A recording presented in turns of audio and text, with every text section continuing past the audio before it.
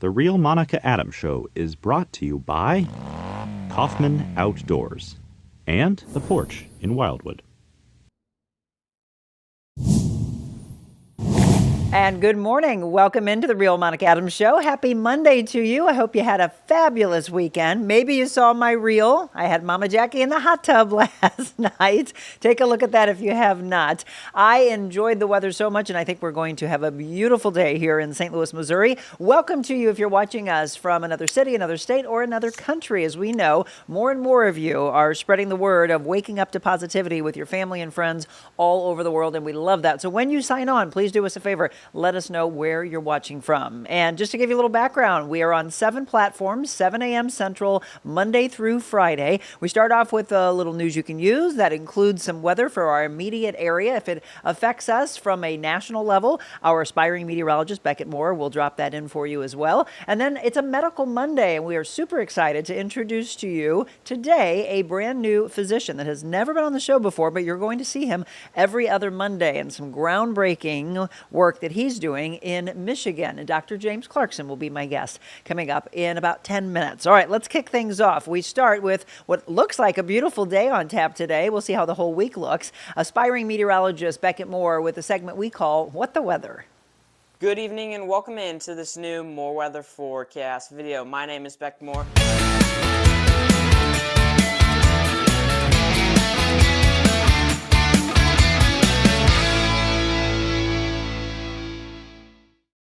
And our segment brought to you by our friends over at Fenton Family Dentistry. I can't wait to have Jessica, Dr. Jessica, and Abram back in showcasing what I had a chance to do. I went in and it was the coolest thing. I'll have to ask Beckett if he went through this as well. This really cool 3D kind of printing that they do. 552 Old Smizer Mill Road in Fenton. So if you are looking for a new dentist, maybe you haven't been in a while, I would love for you to go see our friends at Fenton Family Dentistry. That little kid had a great time. I was actually walking through the club here where our shows are at Adventure Unknown, and made by dentists. You know, remember them talking about how they love that particular toothpaste? They had some samples here, and I just picked some up so we could have that when I go on the road. Make someone smile today. They do that. Yep, Augie, he's there for you as well, making sure that you calm your nerves when you go to the dentist.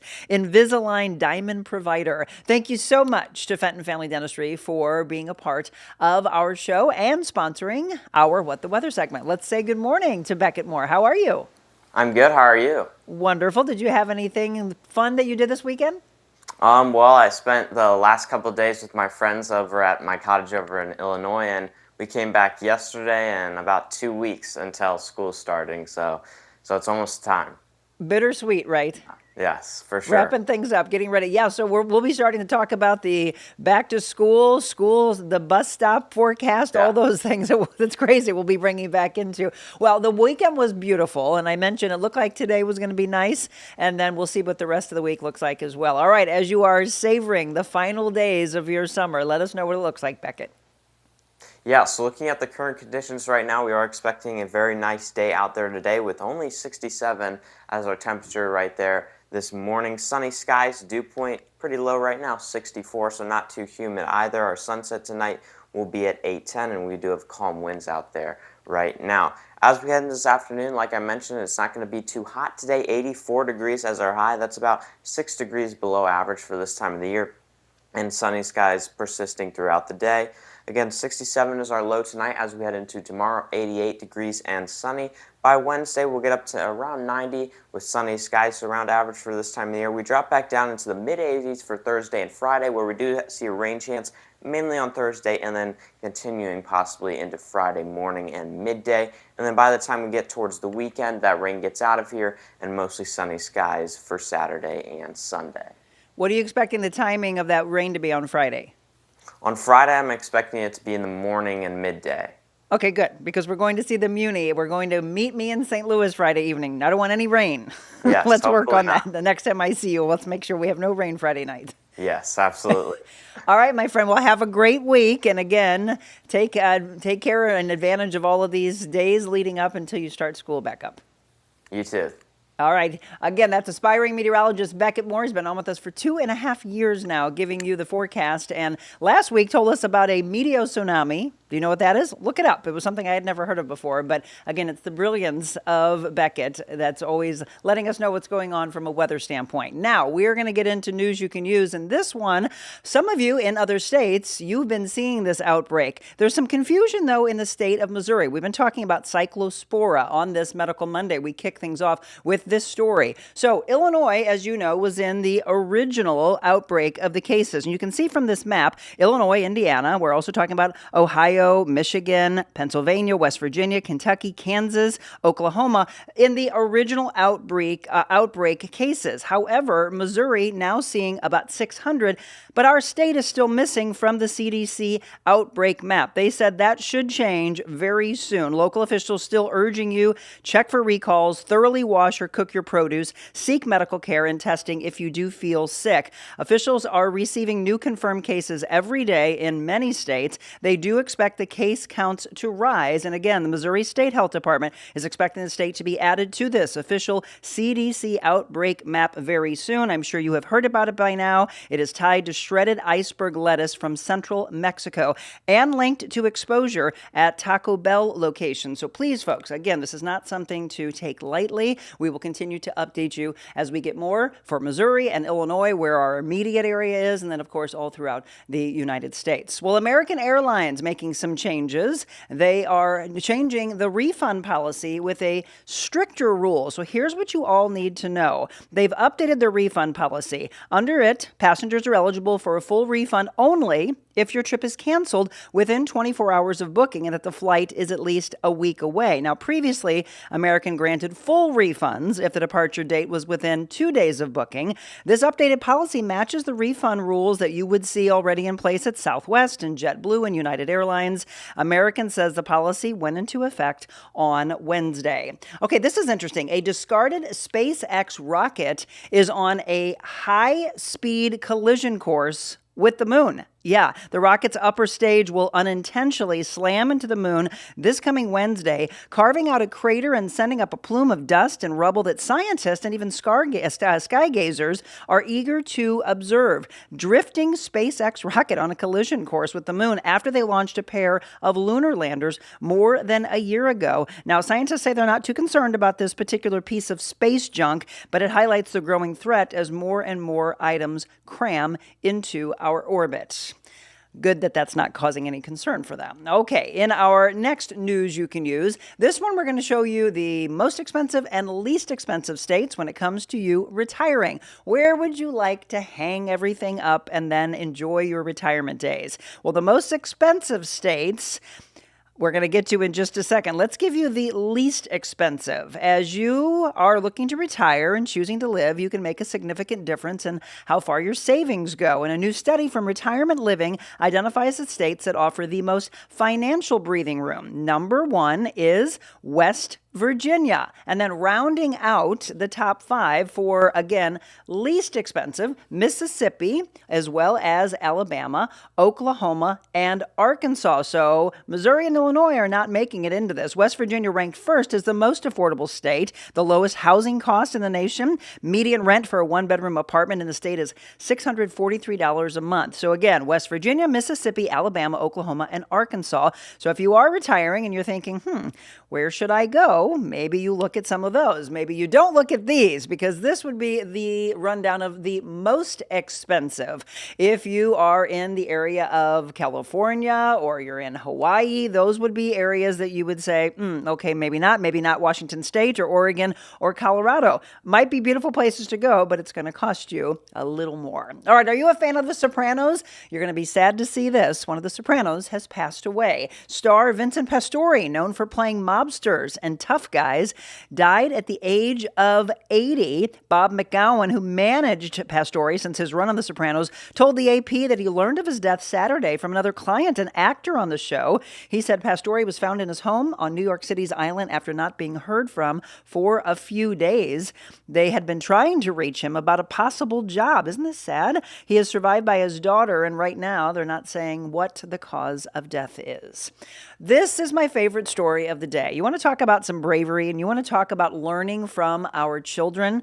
How about a 2-year-old? A 2-year-old that is awaiting a heart and a double lung transplant, showing us what it means to be brave. This 2-year-old, Alexander, spends his days playing with his toys, laughing, smiling, even as he remains connected to life-sustaining medical equipment. He was born with a complex form of congenital heart disease, including a complication involving high pressure in his lungs. And he is awaiting this at Texas Children's Hospital, spending much of his young life in hospitals. His parents have watched him overcome one medical challenge after another, from a procedure done at just 4 hours old, folks, to having open heart surgery at only 6 days old. And last December, a major medical episode brought he and his family from their Florida home to Texas Children's Hospital in Houston, now receiving highly specialized treatment, including a heart pump that is helping stabilize his condition while he waits for a heart and double lung transplant. However, they just say he's a complete joy, one of the brightest kids, always smiling, always waving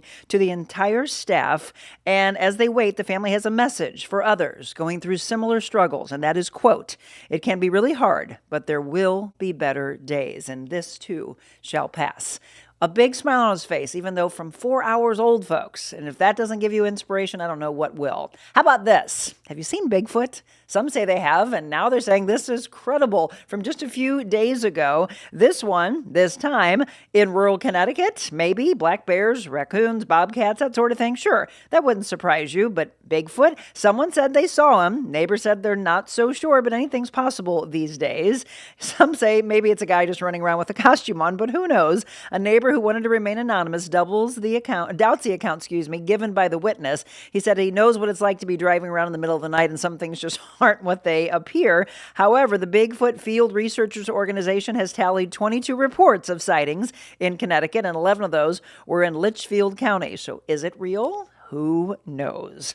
All right, in sports news, St. Louis Cardinals are in action today. They are coming off of a win. They beat the Toronto Blue Jays in Toronto 5-1. They are now back in action against the New York Yankees. Today, first pitch will be at 6:05. And then we've got a ton to tell you about in the national days of, and since we just kicked off a brand new month, we've got month and global observances as well. First of all, eat some watermelon, National Watermelon Day. Let me ask this. I like to know my audience. Do you put salt or pepper on your watermelon, or is that a no-no? National Grab Some Nuts Day, National Georgia Day. It's also National Hair Gloss Day. Ongoing national weeks, International Clown Week. Simplify your week. I always tell you, again, just get that stress out and just get out there. Look at those beautiful flowers and just be present. Stop on Red Week. Absolutely. Ongoing national months. I'm going to have to celebrate the doggies a little bit more. National Dog Month. It's one of my favorite. National Wellness Month. Of course, as we just talked with Beckett, is National Back to School Month. And as far as global observances, it is World Breastfeeding Week. Folks, that's how we do it in the first 15 minutes. What used to take hours and hours when I was in news, we give you what we believe you can use. We call that water cooler talk. Things that might serve you and things you need to know about. Now we're going to take our break, and we're excited to introduce you to Dr. James Clarkson. He is going to be our guest every other Monday on Medical Monday, and he joins us next.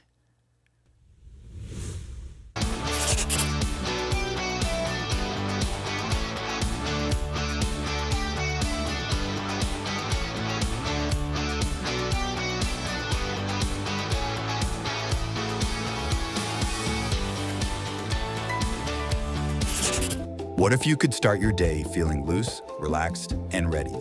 Deep hydrotherapy right in your backyard. No commute, no appointments, just warmth, relief whenever you need it. Sore muscles recover faster, tight joints loosen up, tension you carry all day, gone.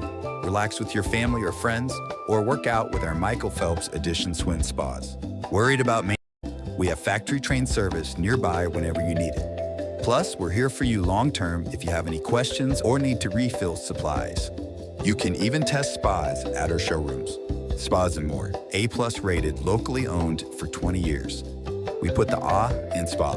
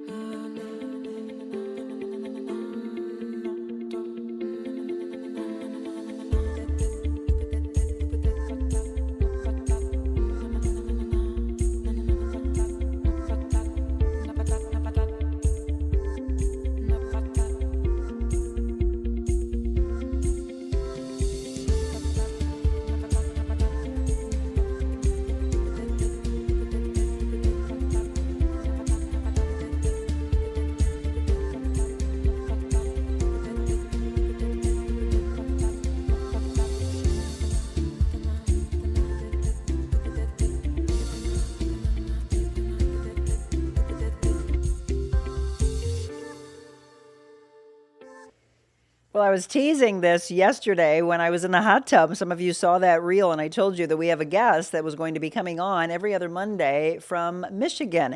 Again, Dr. James Clarkson. Let me give you a little background on him before we welcome him to the show the very first time. And today is going to be background. We have so much that we're going to be talking about here over the coming months. Dr. Clarkson was born in Canada. He spent his early years in Toronto until the age of 5 when his British parents returned his family to England. And there he was raised and later worked in the British National Health Service, training in plastic surgery until he was 38. In 2008, he moved to the United States with his American wife, eventually becoming a U.S. citizen, completed a 2-year hand and microvascular surgery fellowship at the Christine Kleinert Institute in Louisville, and earned board certifications in plastic surgery from both Britain and Canada. And by the way, from 2010 until just last year, he served as an attending plastic and hand surgeon at the College of Human Medicine at Michigan State University. So that's a little background on him. But the thing we're going to talk about today that's really grabbed my attention is wide awake local anesthetic, no tourniquet. That is WALANT. Heritage hand surgery in Michigan, getting attention from all over the world. And today is just the brushstroke of who Dr. Clarkson is. You are going to be fascinated by what he's going to be teaching us in the coming months. So let me bring him on. First of all, welcome to the show, Dr. Clarkson. Thank you so much for being with us. Thank you, Monica. You have quite a background, by the way. Very interesting background. And, this is what we're going to discuss today is just how interesting your lineage is and the background. And people get a chance to see this as they come into your office, by the way. But first of all, I told a lot of the people yesterday that they were going to enjoy your accent. So you were born in Canada, right? Yes, I actually had a North American accent until I was 5. Okay. And then you end up, again, across the pond is what we a lot of times will say, and then came into the U.S.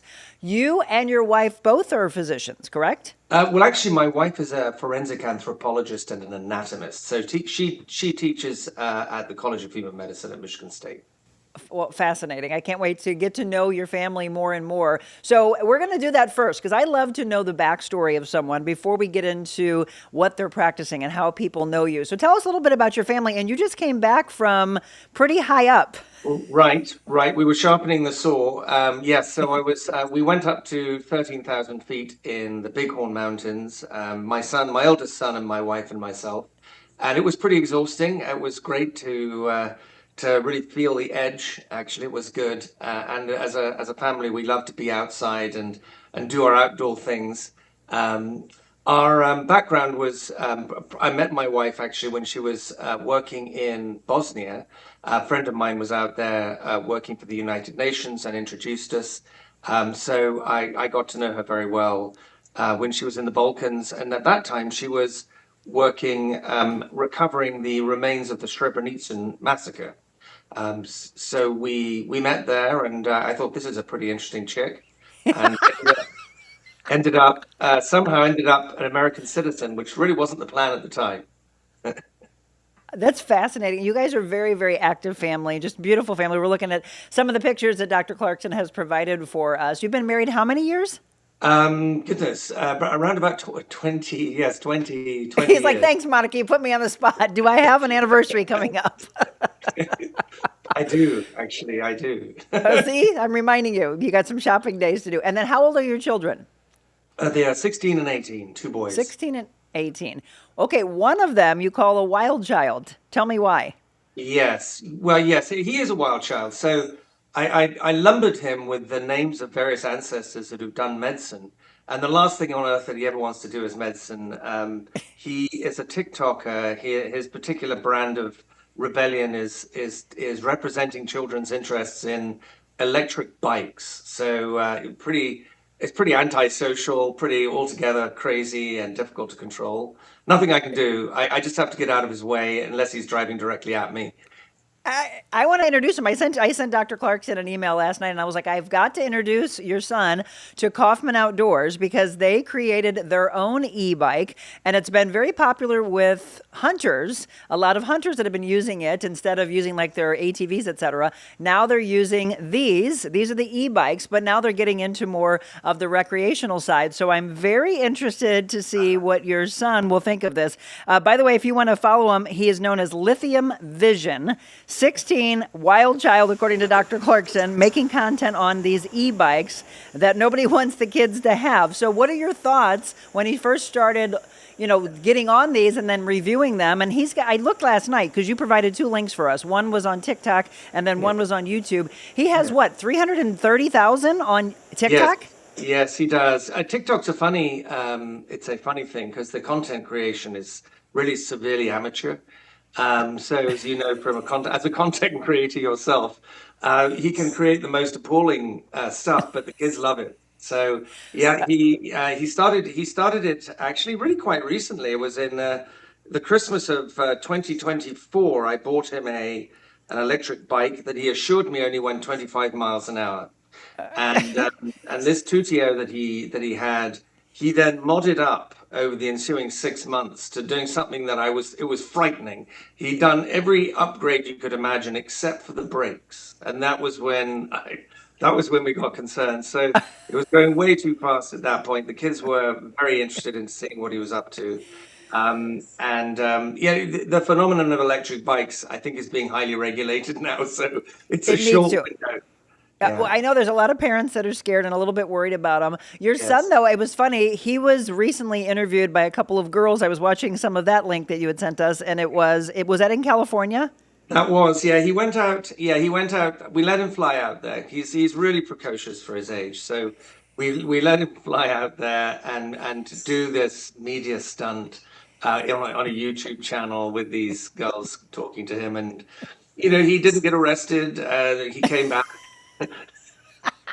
I watched part of it where he was talking about, he's like, I come from Michigan. I think it's a little bit more white collar and my parents are this and I don't want to go to college. I've got these businesses. It fascinates me how at a very young age, what about all of you? Feel free to drop a comment in. These teenagers that are starting businesses at a very young age and they're like, nope, I want to bypass school. Mom, Dad, just trust me. I want to be a millionaire. Is that what he says?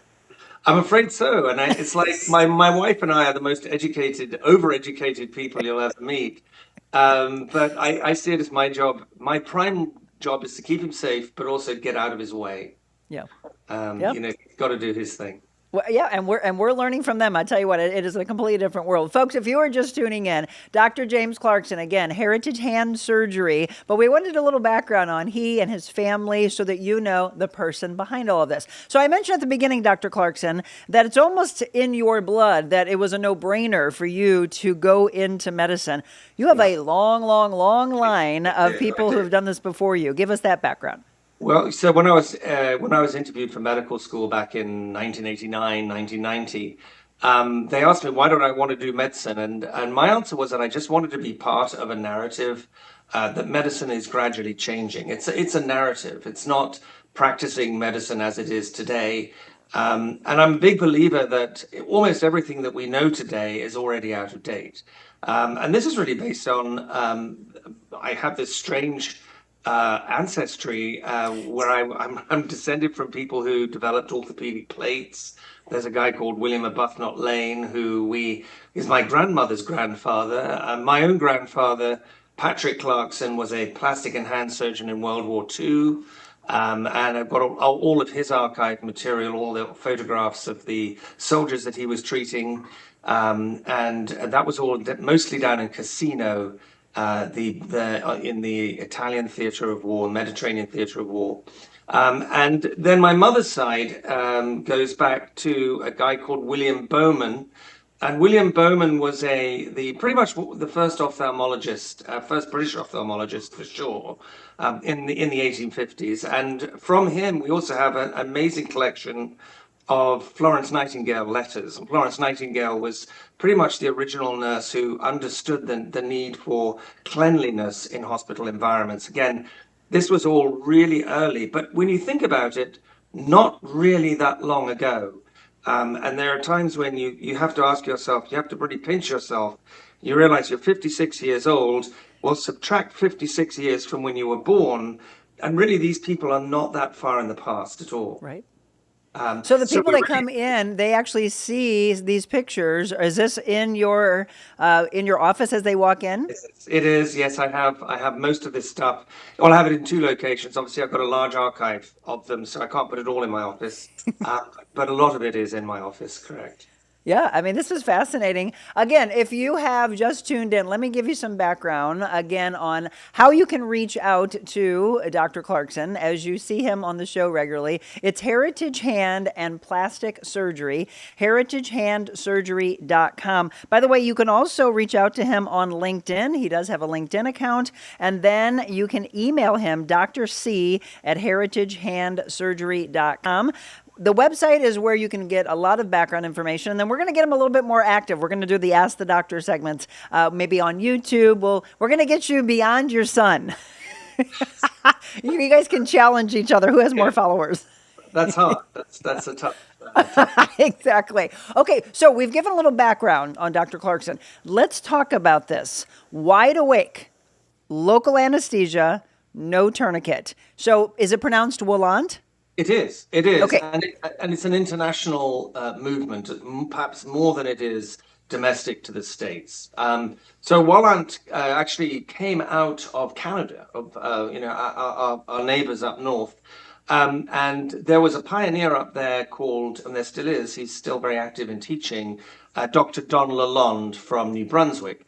And what Lalonde had to deal with was the lack of access to the operating room. And that enabled him to start operating on patients in an office environment, which really hadn't really been considered. Why would you need to use the office? After all, you've got the operating room. And that had been the case for, decades and decades since they'd actually invented that operating room. Again, remember this long view that I have. But the operating room really was invented in about 1900. And before then, everything was done in minor procedure rooms or in these theaters that surgeons used to operate in, with a little bit like an amphitheater. But it was the sterile operating room that was invented in 1900 that kind of dictated how the whole industry was going to go. And in the early thousands, Lalonde had noticed that the Canadian health system was restricting access to the operating room. He couldn't get as many cases in as he needed. And so he started using his procedure room. And in order to do that, he had to then show that the evidence was safe. The infection rates are low. You can safely use local anesthetic with epinephrine, which was actually an old rule that you shouldn't use epinephrine because that might cause the fingers to die. Turned out that was incorrect. It was a great example of how so many things that we know for sure in medicine actually turn out to be textbook knowledge rather than trialed data. And that's really important because a lot of what we are doing is essentially taught rather than trialed. And the epinephrine debate was a fascinating one. In fact, my own grandfather wrote it in his own textbook that you should never inject epinephrine in the finger because it will obviously cause ischemic necrosis, which is the death of the finger, which really simply wasn't true. And so he trialed it and discovered, yes, it's quite safe. And once you could use epinephrine in the hand, you no longer needed to use these painful tourniquets that people have to use. And these painful tourniquets are as the one thing that usually leads surgeons to have to use sedation and general anesthetic. And once you no longer need sedation and general anesthetic, you really don't need to be in the main operating room for an awful lot of stuff. And that stuff is often the commonest and the simplest things that we do. As a hand surgeon, at least 60 to 80% of the patients who show up to my office to be treated only need minor surgery that can be done under local anesthetic. And it's only that maybe the 20% or 30% that really need to go to the main operating room for major bone surgery, plates and screws and that sort of thing. So much of what we do can be done under local. It's more like oral surgery or dentistry now than the way that we've been treating it up until Don Lalonde really broke that open at about 2005. Again, if you're just tuning in, this is what's fascinating. This is the part I want you to listen to that we will continue to go deeper and deeper into over the coming weeks. For all of you that you look back, whether it's you or someone that you love that has had surgery and you think, did I really have to go into the operating room? Did I have to go into the hospital? Did I have to be put under, which is scary in and of itself.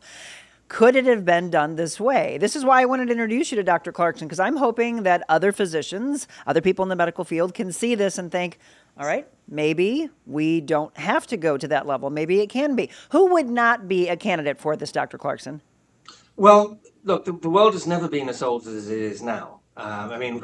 Sure. I mean, it is truly the oldest world we've ever lived in, and in terms of the age of our patients.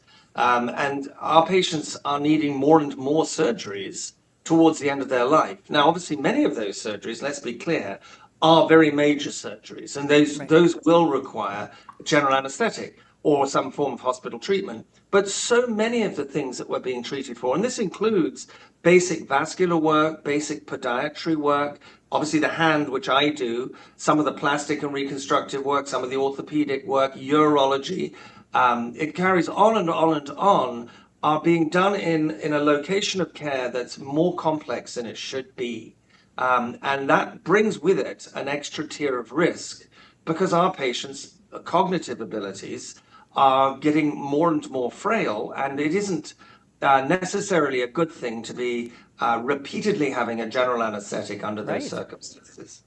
Well, and then here's the part. We're going to take a quick break. When we come back, and I'm going to look at, if you have any questions or comments, I mean, this is all new probably to some of you. Others, maybe you have heard of this. We are going to talk about how he incorporates VR, virtual reality. So you go in, people always have that fear. I'm going into surgery. I'm a little bit more okay because I'm not going to have the anesthesia. I'm going to be wide awake. What does this mean? Am I going to feel anything? We're going to go through all of that. We're going to show you the VR when we return.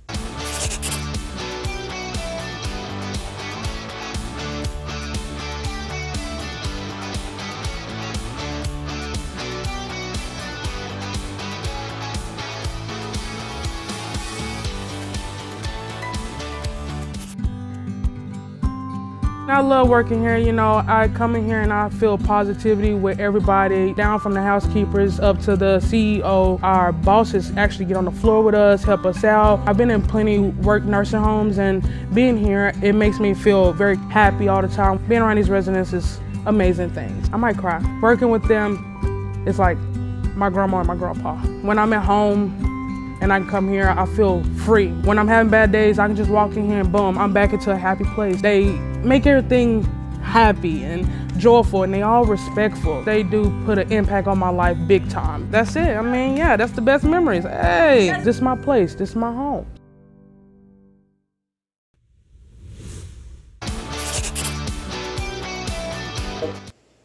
Welcome back to the Real Monica Adams Show on this Medical Monday, brought to you today by Heritage Hand Surgery, Dr. James Clarkson, visiting with us from Michigan. And again, you'll see him on every other Monday. I'd love for you to load up questions, comments, aha moments as you're hearing him talk about this. Once again, we talked a little bit about what WALANT is. Now, the short version, he is a hand surgeon who operates on patients who are wide awake. No general anesthetic in the doctor's office. They literally chat with him. They watch their own surgery if they want to, and they drive home, folks, an hour later. Now, for most of you, you're like, wait, what? Is this possible? Yes. I mean, you saw that one video where the people were in. An hour later, there they were leaving the office. Talk about the VR aspect and how you incorporated that. How long have you been incorporating that? Yeah, since 2016.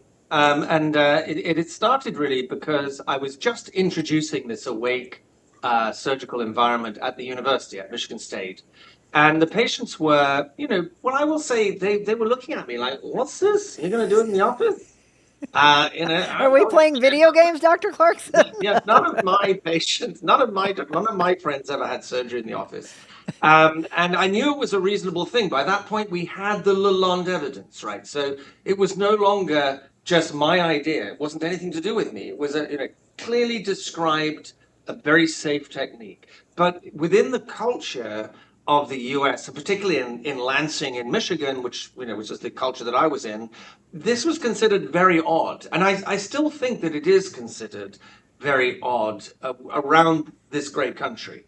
And, my patients were looking at me like, I don't think I can do that.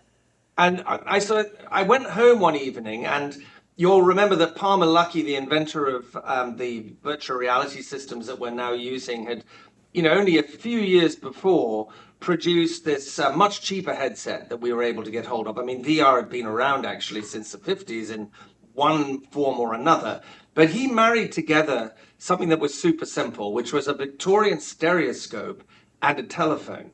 And when you put a telephone instead of a card within a Victorian stereoscope, you suddenly convert what was a parlor trick into 360 immersive virtual reality. And I was able to go out. I just went to the local shop, bought a headset, which was relatively affordable. In fact, it was a box that you put your telephone into in those days. And I started putting it onto the patients and asking them, would you like to try this? And we picked some really fun experiences for them, did some studies, and the data that came out was just 100%. Everybody who had concerns about having a wig surgery had been converted and had agreed, this is actually a perfectly reasonable thing to do. As long as I don't have to watch the surgery, I'm happy. But they can if they want to, right? Well, they can if they want to, but I would be fascinated too. You probably have a very small percentage that actually want to see it. They were like get queasy. Yeah, that's a Luke Skywalker thing. Some people don't want to see the insides of their arm, and that's fine. And I never blame them for it. And they can take the headset off too. So some people will have it on and then they'll take it off and have a peek and they'll go, yeah, I think I'll just put that back on. What are the majority wanting to watch? Well, we provide them with things that are actually not. I've not been picking what you might imagine, which is relaxing, soothing music. Actually, we try to pick provocative, interesting content. And there's a show that I actually started showing them right just after it was made by a couple of producers called Felix and Paul, who are Canadian, and they did a tour of the White House with Barack and Michelle Obama, and every year it gets more interesting. As history progresses and more, presidents come and go and craziness occurs. We've got this throwback to to 2016, where it was sort of the last sensible president, and people really enjoy that. And then we also take them to East Africa, where they fly over Victoria Falls, and it's a very graphical and musical experience. So they're really wrapped up in that. And we have about 20 different experiences like that. So the point isn't to try and create relaxation. That's actually slightly alarming in my view. If you're told now relax, it's like, no way, I'm not feeling at all relaxed. You're not telling me to relax. I want to be distracted. And it's the drug that we already use every day, right? So every day we use this drug called entertainment, and it's dopamine. And every single day, and this is what we're tuning into right now, is to get that kind of dopaminergic influence on our morning. So I just use the same drug, and it's just merely transferred to the patient in the chair over here, and then they just are able. We pick a show. They have a little menu of things they can pick, and we pop the headset on, and it's the same drug that we use in the evening to relax. It's the same drug that we listen to on the radio in the car. It's media, and it has to have content for it to be interesting. I want you to have them start watching the Real Monica Adams Show. Well, absolutely, we can. Yeah, we can put some of our shows in there. Yes, you would definitely think that they would maybe in their minds wanted to gravitate towards something that's very ocean-like, or maybe they look at the mountains or whatever. But you're right. It's playing off the cognitive side and the emotions. There's a bevy of emotions going on, obviously, as they walk into there, a little fearful, a little scared. And then it's a whole new mindset of, wait a minute, I'm wide awake. There's no anesthesia. There's no anesthesia here, and I'm going to be putting VR glasses on. This is also very new. How many surgeries have you done this way? Must be at least 5,000 to 6,000. Wow. We published the numbers on 1,000, but I know I've done 5 times as many. But the way the mechanism works is similar to when you knock your knee. If you're walking along and you whack your knee on a rock, the first thing you do is to reach down and rub your knee. And we already know in medicine that we have an understanding of that mechanism, and it's called the Melsack and Wall gateway theory of pain. And it essentially confuses the symptoms of pain by producing a counter stimulation in the same area of your body. So hit your head on the door, first thing you do is to rub your head. That's why we rub our head. If you don't rub your head, it hurts. It really, really hurts. Rub your head and the pain goes away. Take your hand away and it still hurts a bit, doesn't it? So Yes, we're our own healer. right. But why does rubbing make it feel better? Well, we know neurologically why. And that was all discovered in the 60s, actually, by these two doctors, Melsack and Wall. So when you look at VR, it's really very similar. It's like we have anxiety, not pain in this case. We're anxious. And our amygdala, which is our fear center, is being fiercely activated, constantly like, oh my God, I'm having surgery.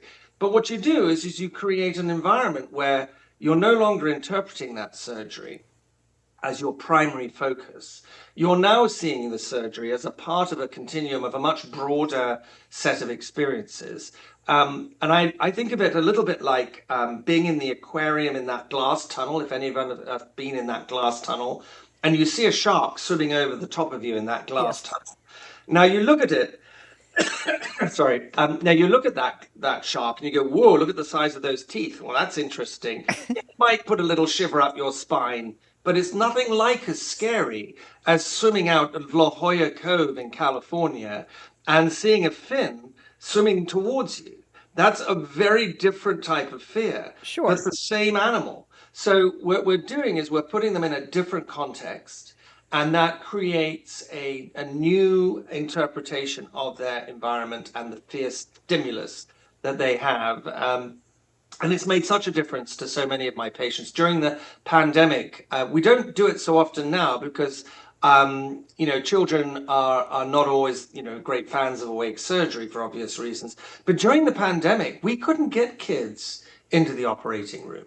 And in fact, that procedure room in the university was dealing with nearly all the trauma in Lansing for a period of months during the pandemic. And it was covering children and adults. And we were doing some quite large cases because we couldn't get into the operating room. We couldn't get anesthesia. And my children did great with it. I was going to ask you what the youngest patient was that you've done this on. 6, and there are limits below that because we don't have the headsets designed for them. So the VR industry never really developed systems for children or young children, and I think there are some very good reasons for that. Screen danger and so forth, and visual damage, and so they didn't want to look into the research behind how to provide VR distractive technology to younger children. But if a child can fit the headset on their face, we were able to use it. And made a huge difference. Again, if you're just tuning in, Dr. James Clarkson, our guest from Heritage Hand Surgery in Lansing, Michigan. So I would imagine, because that is their background, our younger demographic, right? Our teenagers, our early 20-year-olds, they are very tech-driven. They understand VR. What about your older clients? When you say, I'm going to put this headset on you, and you say VR, and they're like, what the heck's VR? Yes. Yeah, I mean, I still think that probably 3/4 of my patients have never used VR. Which doesn't say a lot for their technology, interestingly, which is another story. Because I honestly think that one of the best uses for VR is to exclude the person from their environment, which is also one of the failings of the whole platform, because people don't really want to do that for recreation, or at least they haven't tended to be as popular as they had expected it to be. But so my oldest patients have been in their 90s.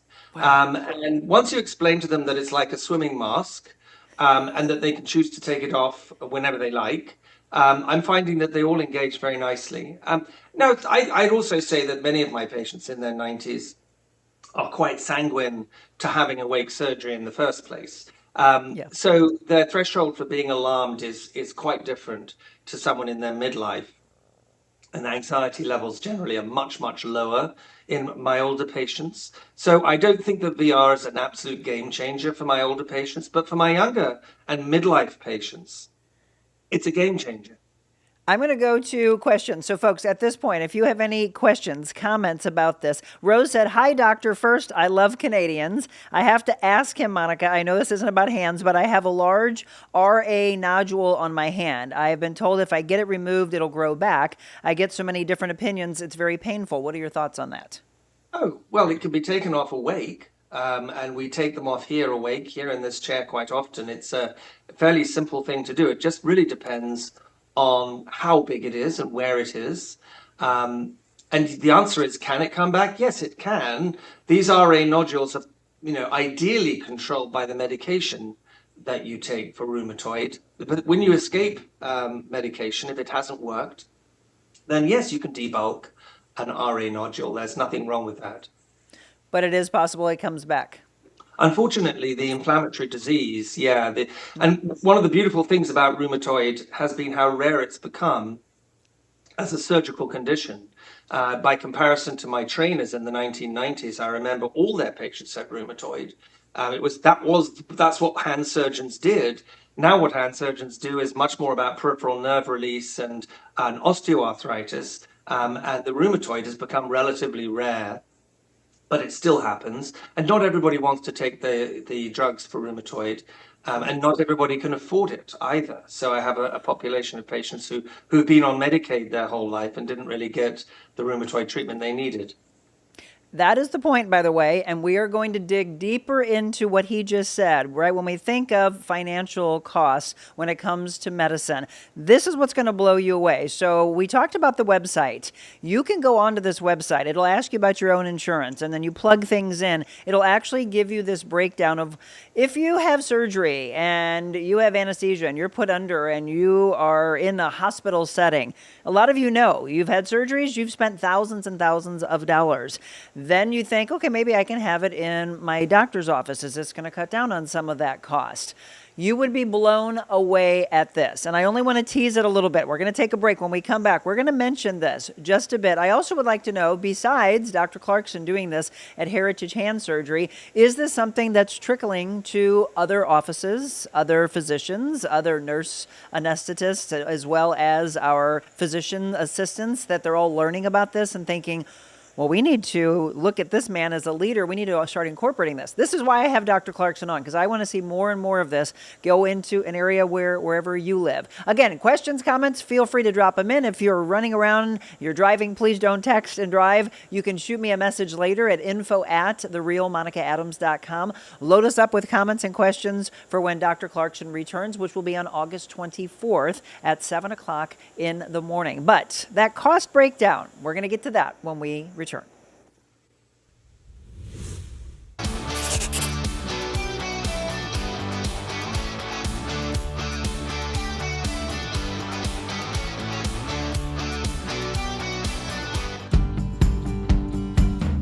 Hi, it's Monica Adams. Thank you so much for following along with The Real Monica Adams Show.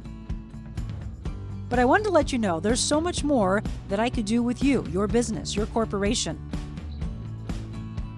Did you know that I'm a motivational speaker all around the world, as well as an MC and an auctioneer?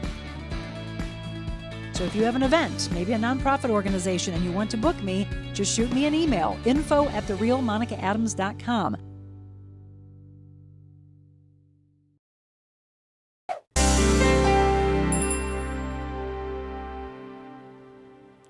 Welcome back to the Real Monica Adams Show. And by the way, we want to thank each and every one of our sponsors. And one of the newest is Heritage Hand Surgery with Dr. James Clarkson, who you'll see pretty much every other Monday on our show. We have 5 Mondays this month, so we have made his next one coming up on August 24th. We also want to welcome aboard R.A. Ginner. So if you're looking for plumbing, they are joining our show officially as of today as well. You'll be hearing a lot more about them as well. So look down below here and be sure to support those that support us.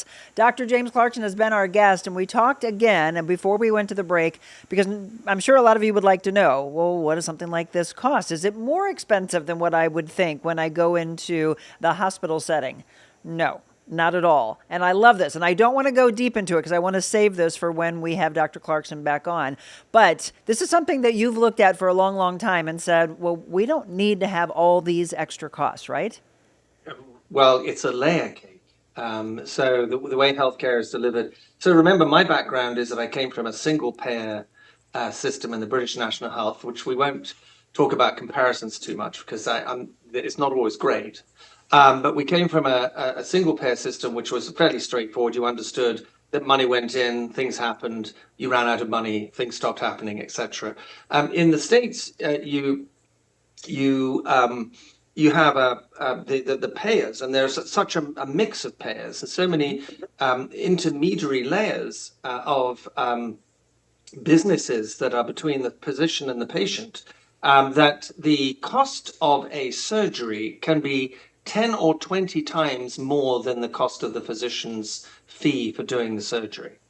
And that's, that markup, I think you could understand is in any commercial environment, you might imagine that could be normal practice, but just understand that what we call a facility fee to take your patient to a hospital to have a surgery, even if it's something as simple that you could do here, would cost 10 to 20 times as much because of these facility fees, these various layers. And the way they achieve that is by providing complexity. And it's this almost disease of complexity that is snaring up what is that I think what ought to be the approach is the simplest things first should be done in the simplest environments. That doesn't mean brain surgery should occur in the office, obviously. Sure. But why would your simple hammer toe correction or your trigger finger release be done in this extraordinarily expensive environment when it doesn't have to be?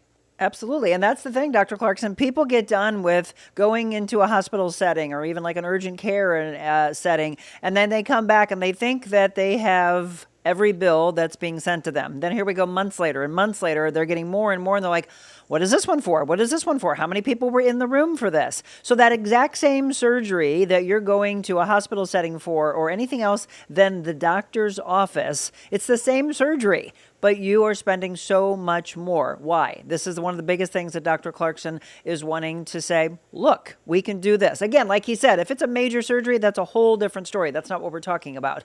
But that surgery that he can do in that office, why would you go elsewhere? And so physicians that are here, I want you to think this way. I just jumped over to Instagram and we have a guest that said, could this work for those that are claustrophobic? They can't even do an open MRI, other things similar to that. Yes. So claustrophobia and wearing the headset often concerns people for a moment, but I'm going to say that once you cross the threshold and actually put the headset on, it isn't a claustrophobic experience. Because it produces a large 3D world that you're in. It's truly confusing your brain in terms of its normal claustrophobia signals. And the other thing is, you can take it off. It's not Right. it's not drilled onto your head. So you can have it on, you can remove it, have a look, put it back on. So the claustrophobia side of it isn't something that I've seen a problem with. If I do sometimes see a problem, it's with people who have a strong dislike for movement. For example, they get very car sick. But we've chosen some very, very steady experiences for those patients. And one of the classics is that White House tour, which is all just perched as a camera in a single position with things going on around it. So there are other experiences we have where you're perhaps moving a little bit. So we just avoid those with our movement patients. Claustrophobia has never been a showstopper. It's never been a problem for my patients. I think I'd pick the ocean, doctor. There's a handful of content that you can choose from, and you can, again, see this on the website, Heritage Hand Surgery. And again, as we mentioned, I'm going to pause it with this, and then we're going to pick this up when Dr. Clarkson's back on with us. But again, it is the same operation, 3 prices, and you are seeing it drastically different. So if they are doing this in your office, what is the range that it would cost them? Well, I mean, the point of the website is when a patient is contemplating what might be wrong with them, and we've given them an ability to make some attempt at self-diagnosis, which I think is actually quite reasonable. We're in the world of AI now, and patients are going to self-diagnose. So I've created a tool that will help at least direct their self-diagnosis in a roughly accurate way. For example, triggering. Why is my figure triggering? This is a disease that's caused by this, and what are the surgeries or treatments that you might need?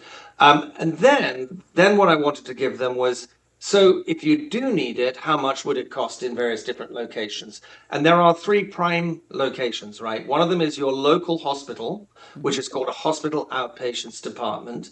And for whatever reason, you might ask yourselves this privately, they've negotiated the highest fees for the same service. So why would the service be paid more in the hospital for exactly the same service? The next slightly cheaper service is in an ambulatory surgical center. And that would be one that's not officially regarded as part of the hospital, but has been awarded recognition as an operating site by regulators, which is an interesting feature of the landscape, because regulation is used as a moat very often in order to maintain value.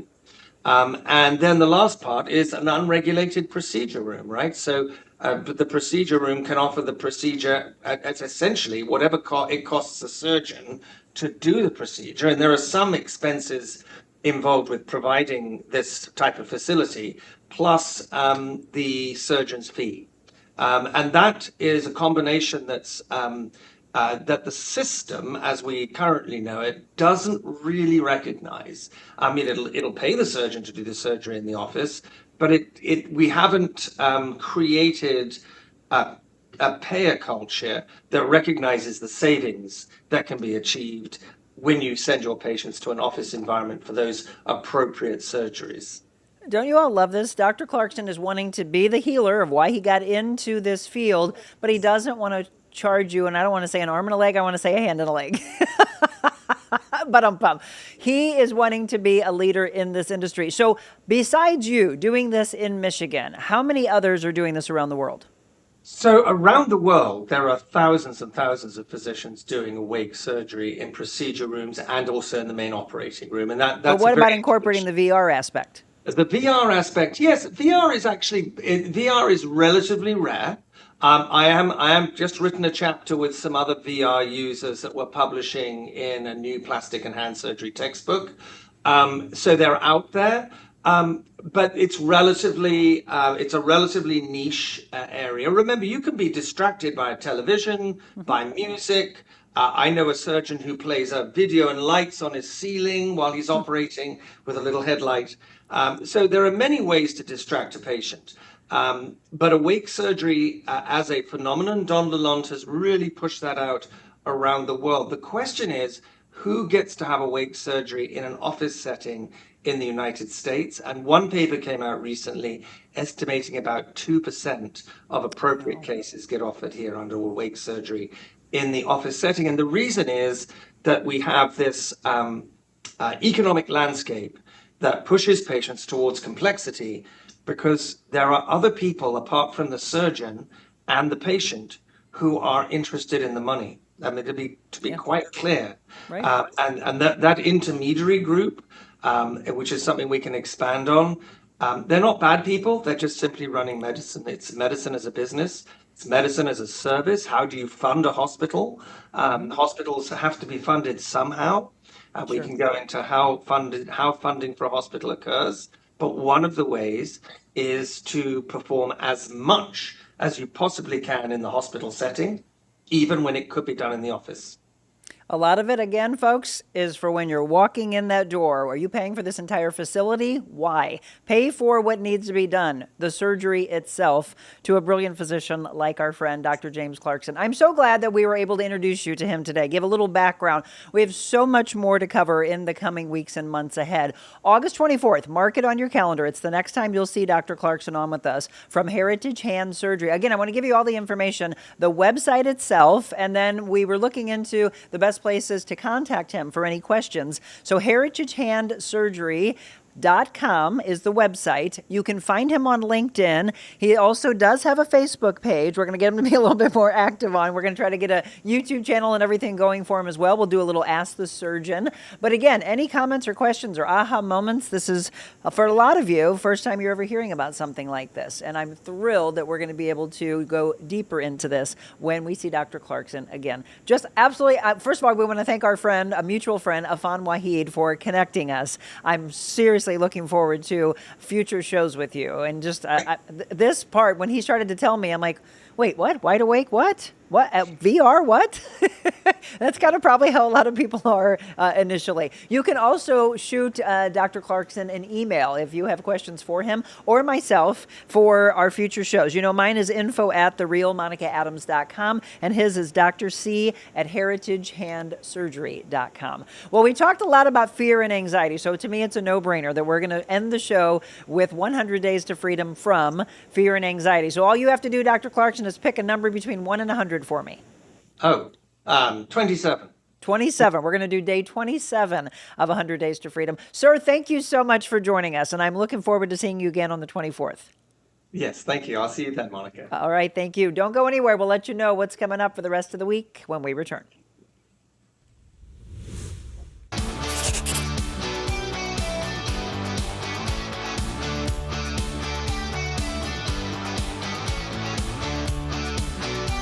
Most places into, you look around, you nod, not here. You could try anything. Woo! Only 3 minutes in here, I'm already gassed. Check this bad boy out. It's a swim spa. Let's go. This is called the Sweaty Goat. This is where I get my demons out. Whether it's a hot tub, a swim spa, a sauna, or a cold tub, you come in here and you could try it and you pick what you want. That's Spas and More STL. And tell them Cam sent you.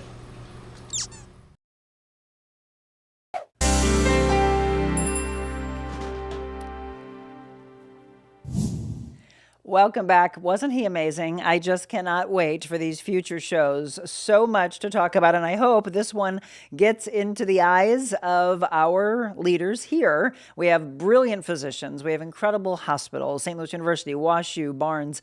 I'm hoping that they say, okay, yeah, maybe we need to change things up just a little bit. So day 27 of 100 Days to Freedom from Fear and Anxiety is called Always and Forever. Can anything ever separate us from Christ's love? Does it mean he no longer loves us if we have trouble or calamity or are persecuted or hungry or destitute or in danger or threatened with death? No, despite all these things, overwhelming victory is ours through Christ who loved us. So the overwhelming love of Christ is always and forever with us. Despite anything we may face in life, the presence of his love in our lives provides the strength we need. So are you dealing with something that causes you to doubt God's love for you? Perhaps it's a choice you made.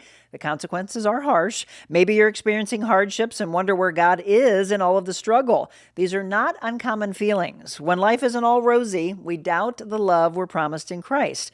The truth is, in this world, we will have difficult experiences and relationships. It just happens. The blessing is that Christ has overcome this world because of this great love for us. We can experience peace and freedom even in the middle of the mess. While we're here on earth, we have to believe in the love of Christ, which is always and forever with us. Billy Graham said God proved his love on the cross. When Christ hung and bled and died, it was God saying to the world, I love you. I know a lot of you don't believe that. You're in dark places, but he does. You'll find your way. Today's prayer, thank you, Jesus, for your great and unfailing love for me. I want to be confident in you when life brings challenges. Remind me of your love in my desperation and in my daily walk. In your powerful name, amen. Love that. Well, folks, thanks again for tuning in on this Medical Monday. We've got a Testament Tuesday on tap tomorrow. We have Wellness Wednesday. We'll have Trisha Rhodes back from Exist Stretch. And then we go into our life coaching session. We're going to continue. Many people said that really hit home for them about perfectionism. I'm going to go deeper into that. It's going to be an ongoing series that we'll do for you. And then on Friday, it's Friendship Friday with Dot Fleshman. And I just sent her a story and said, Dot, we have to do this. And I just want to give you a little background on it. I'm not sure if we're going to be able to air the actual video, but I sent this to her and I said, is this not one of the craziest things? A woman says she has no plans to move out of her home despite it being listed on Zillow. Her husband died in an accident, but he bought that house for her. She said if there is a buyer, they have to move her. It's crazy. The listing includes no interior photos, prohibits inspections, instructs prospective buyers not to disturb her. The ad seems unreal, right? Who would buy a home sight unseen with an occupant still in it? The property's been part of a foreclosure case for more than 15 years. We're going to go a little bit deeper into that as we go into our Friendship Friday and our real estate talk with Dot on Friday. So we've got an interesting week lined up for you for sure. All right, folks, thank you. Enjoy your day. It's going to be a gorgeous one, a lot of sunshine and a high in the mid-80s here in St. Louis, Missouri. Saw somebody telling us that they are watching from the U.S. Virgin Islands. Thank you for taking us along with you when you go on vacation, because no matter where you are, you want to wake up to positivity, right? It's an important thing. Let me see. I just saw Julie with a quick comment. I don't want to wrap up before that. Let's see. Luann said, this is great information. So look forward to more of his shows. Absolutely. And Liz McCullough, I thought this might interest you. So she's tagging her friend. Yes, please do that. That's the whole aspect of sharing these shows with your friends and family so they know about these incredible things that are happening all over our world. Well, folks, remember to believe in yourself. You can be anything you want to be in this world, but the greatest be is kind. Be kind. God bless. I'll see you in the morning.